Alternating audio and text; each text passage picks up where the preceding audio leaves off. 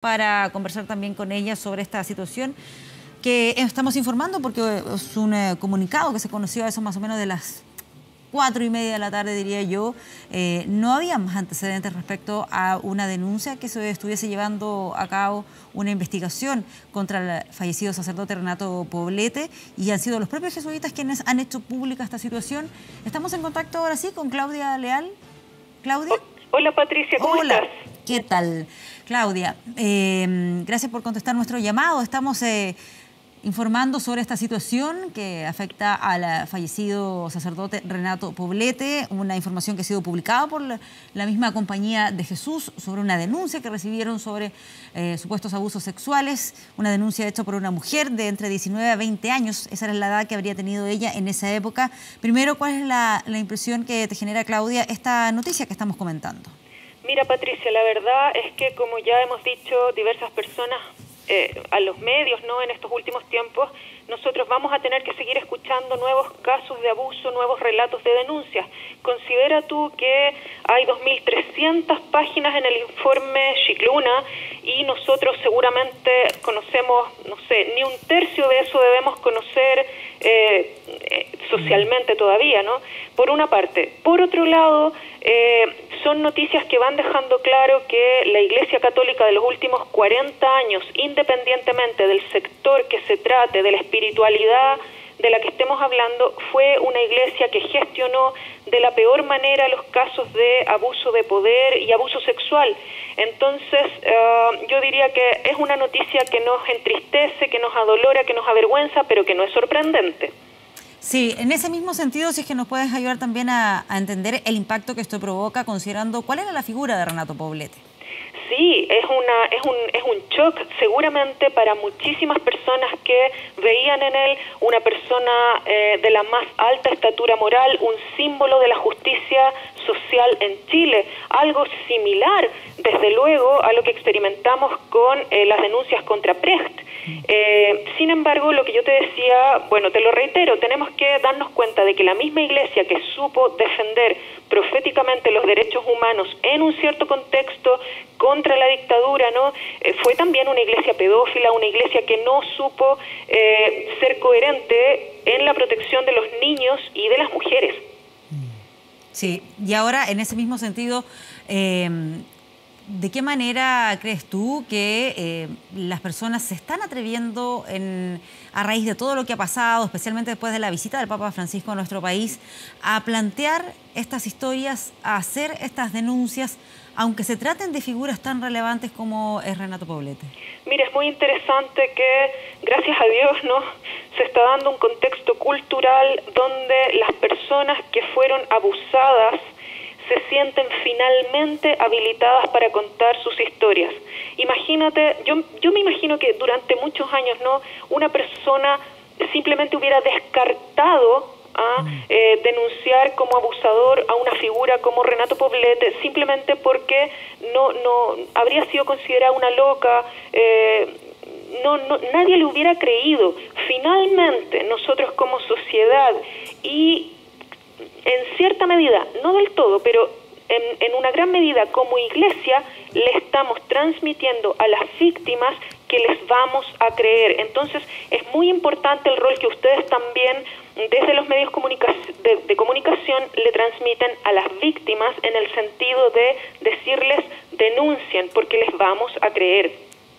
Sí, en ese mismo sentido también, Claudia, ¿cómo evalúas tú que ha sido el actuar, el modo de enfrentar estos temas de parte de los jesuitas? Yo mencionaba en una entrevista anterior al periodista Óscar Contardo, quien ha sido también crítico de los jesuitas en una investigación que él realizó. Él decía que se había encontrado con varios casos que habían sido tapados, encubiertos por los jesuitas. Incluso había una frase que él planteaba que decía que había una tremenda hipocresía de muchos sacerdotes de hacer de Caradima un chivo expiatorio para hacer parecer que su mundo está limpio. ¿Coincides con eso que planteaba hace un tiempo Óscar Contardo?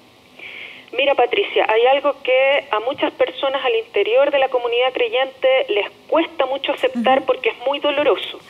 Sin embargo, al interior de la Iglesia Católica no hay ninguna institución que no tenga tejado de vidrio durante los últimos 40 años en lo que se refiere a la protección de los niños y de otros grupos vulnerables también. Y de algún modo también todos los que hemos sido parte de la institución durante los últimos 40 años tenemos que hacer un proceso de discernimiento más grande, más pequeño, en distinta medida, no judicial necesariamente, pero sin duda de carácter ético acerca de cómo hemos enfrentado los casos de abuso. Probablemente no todos hemos sido testigos o víctimas de abuso sexual. Sin embargo, hay muchas situaciones de frente a las cuales no tuvimos a lo mejor suficientes herramientas, casos de doble vida, casos de figuras carismáticas que abusaban en un contexto litúrgico o sacramental, etcétera.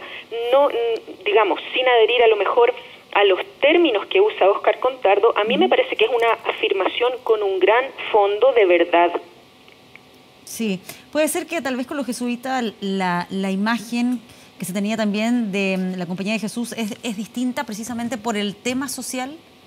Sin duda ellos han encarnado un gran compromiso social que no podemos ni descartar ni subestimar, y es muy importante que ellos en este momento sean también coherentes y valientes. Pienso que están haciendo un esfuerzo sincero y honesto por dar cuenta ante la comunidad civil y ante la comunidad creyente de la fidelidad a los valores que ellos han predicado. ¿Te das cuenta? Es muy importante que ellos reaccionen institucionalmente con prontitud, que hagan este comunicado y que le transmitan a la comunidad que si hay alguien que tenga información sobre esta investigación, la pueda entregar a una persona concreta, a una dirección concreta, en fin.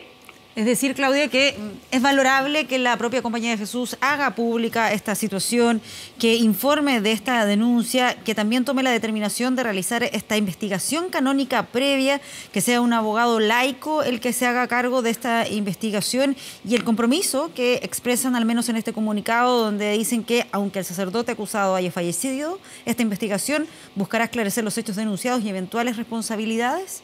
Desde luego, es muy importante diría yo, este lenguaje simbólico que en el fondo lo que transmite es un sentido de transparencia, de responsabilidad y de disposición a cooperar en todo lo que sea necesario. Es muy importante también porque finalmente lo que transmite es una adhesión sin reservas al diagnóstico que hace el Papa Francisco en relación a que nosotros tenemos un problema cultural. Estos no son algunos casos aislados, no son manzanas podridas en el cajón. Esta es una caja de manzanas que ha funcionado de mala manera. Entonces estamos todos involucrados.